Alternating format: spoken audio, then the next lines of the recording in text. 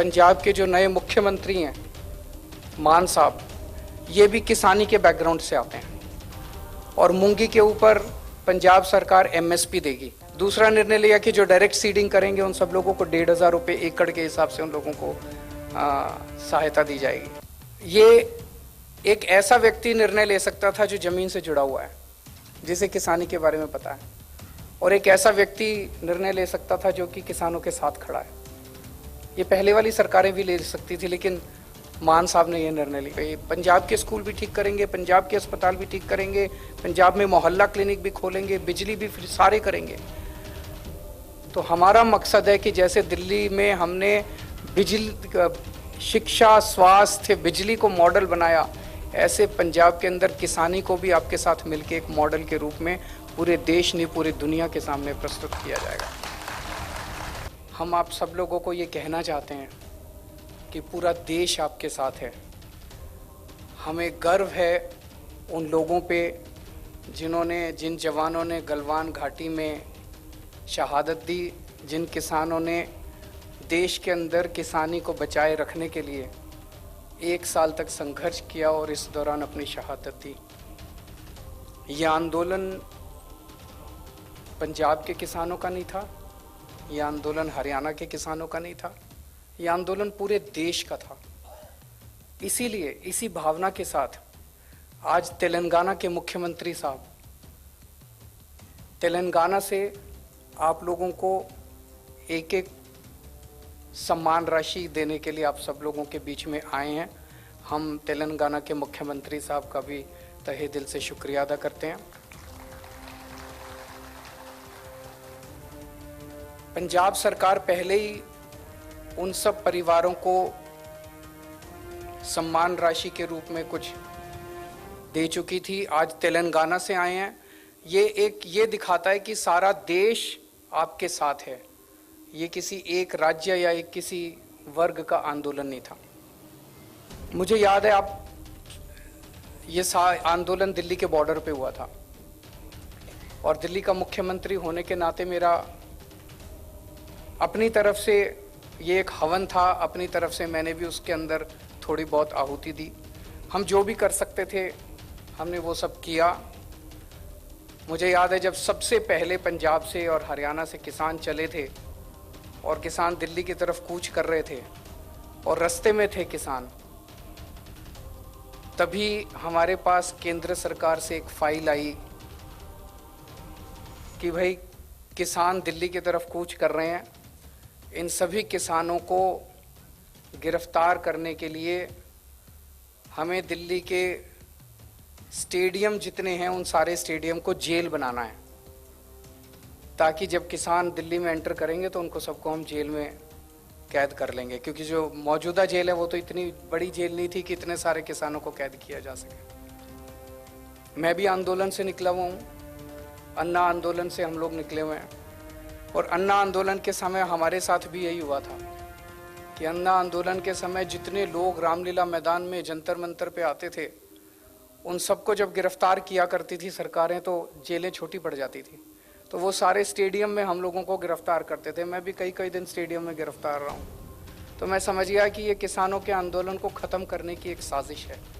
अगर जो किसान दिल्ली के बॉर्डर पे पहुँच रहे थे, दिल्ली में एंटर करने के बाद अगर उनको सबको स्टेडियम के अंदर कैद कर दिया जाता तो किसान आंदोलन उसके बाद वो स्टेडियम के अंदर ही रह जाता। तो वो फाइल केंद्र सरकार के पास आई।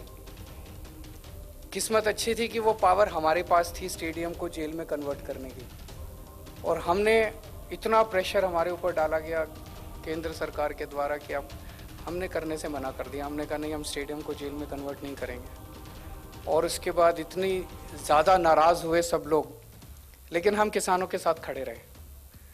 उसके बाद किसानों के लिए लंगर लगाने का, पानी का इंतज़ाम करने का, दिल्ली सरकार द्वारा टॉयलेट का इंतज़ाम करने का।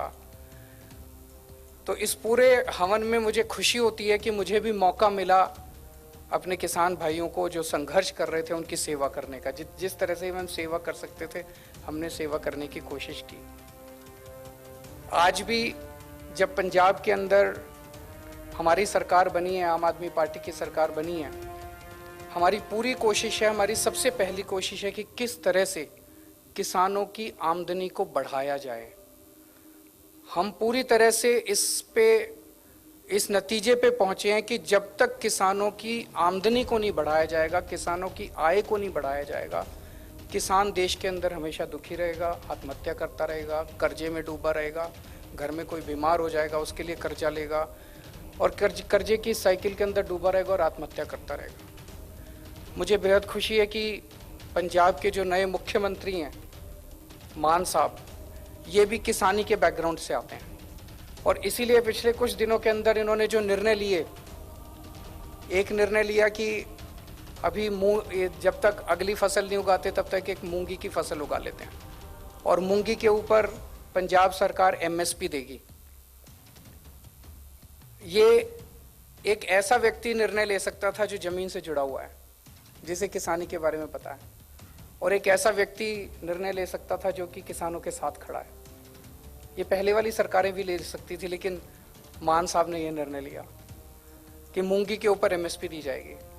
दूसरा निर्णय लिया कि जो डायरेक्ट सीडिंग करेंगे उन सब लोगों को 1,500 रुपये एकड़ के हिसाब से उन लोगों को सहायता दी जाएगी।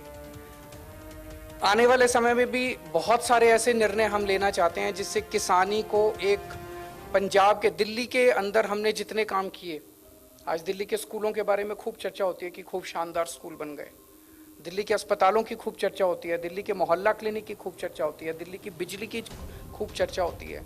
वो सारे काम भी करेंगे यहाँ पे, पंजाब के स्कूल भी ठीक करेंगे, पंजाब के अस्पताल भी ठीक करेंगे, पंजाब में मोहल्ला क्लिनिक भी खोलेंगे, बिजली भी सारे करेंगे।